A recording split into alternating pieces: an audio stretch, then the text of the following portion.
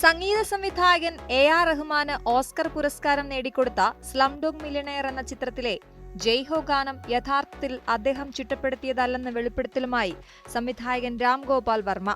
യഥാർത്ഥത്തിൽ ഗായകൻ സുഖ്വിന്ദർ സിംഗ് ആണ് ആ പാട്ട് ചിട്ടപ്പെടുത്തിയതെന്ന് അദ്ദേഹം പറഞ്ഞു.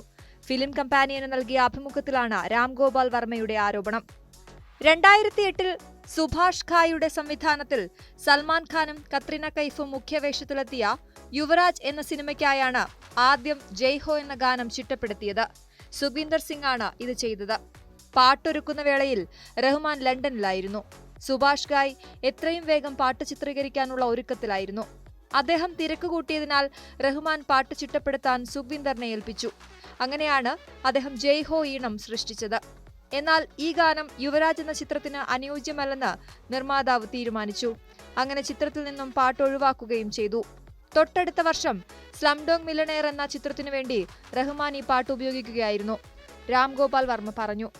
കോടികൾ പ്രതിഫലം വാങ്ങിയ റഹ്മാൻ സുഖ്വിന്ദർ ചിട്ടപ്പെടുത്തിയ ഈണമാണ് തനിക്ക് നൽകിയതെന്നറിഞ്ഞപ്പോൾ സുഭാഷ് ഘായ് പൊട്ടിത്തെറിച്ചുവെന്നും അഭിമുഖത്തിൽ രാം ഗോപാൽ വർമ്മ പറഞ്ഞു. എന്ത് ധൈര്യത്തിലാണ് ഇത്തരമൊരു പ്രവൃത്തി ചെയ്തതെന്ന് ചോദിച്ച് കയർത്ത സംവിധായകന് മഹത്തായ മറുപടിയാണ് റഹ്മാൻ നൽകിയതെന്നും അദ്ദേഹം പറഞ്ഞു. സർ, നിങ്ങൾ എന്റെ പേരിനാണ് പണം നൽകുന്നത്, എന്റെ സംഗീതത്തിനല്ല. എനിക്ക് വേണ്ടി മറ്റൊരാൾ ചിട്ടപ്പെടുത്തുന്ന സംഗീതം എന്റേതാണെന്ന് ഞാൻ അംഗീകരിച്ചാൽ അത് എന്റെ പേരിൽ തന്നെയാകും. എന്റെ ഡ്രൈവറിന് പോലും ചിലപ്പോൾ സംഗീതം സൃഷ്ടിക്കാനാകും, അല്ലെങ്കിൽ മറ്റാർക്കെങ്കിലും. അത് എന്റെ പേരിൽ വന്നാൽ ആ ഈണം എന്റേതാണെന്ന് എഴുതപ്പെടും എന്നായിരുന്നു റഹ്മാന്റെ പ്രതികരണമെന്നും രാം ഗോപാൽ വർമ്മ പറഞ്ഞു. 2009 സ്ലംഡോഗ് മില്യണയർ പുറത്തിറങ്ങിയത്. ഗുൽസാർ, തൻവി എന്നിവർ ചേർന്നായിരുന്നു ഗാനരചന. എ.ആർ. റഹ്മാൻ, സുഖ്വിന്ദർ സിംഗ്, തൻവി, മഹാലക്ഷ്മി അയ്യർ, വിജയ് പ്രകാശ് എന്നിവർ ചേർന്ന് ഗാനം ആലപിച്ചു.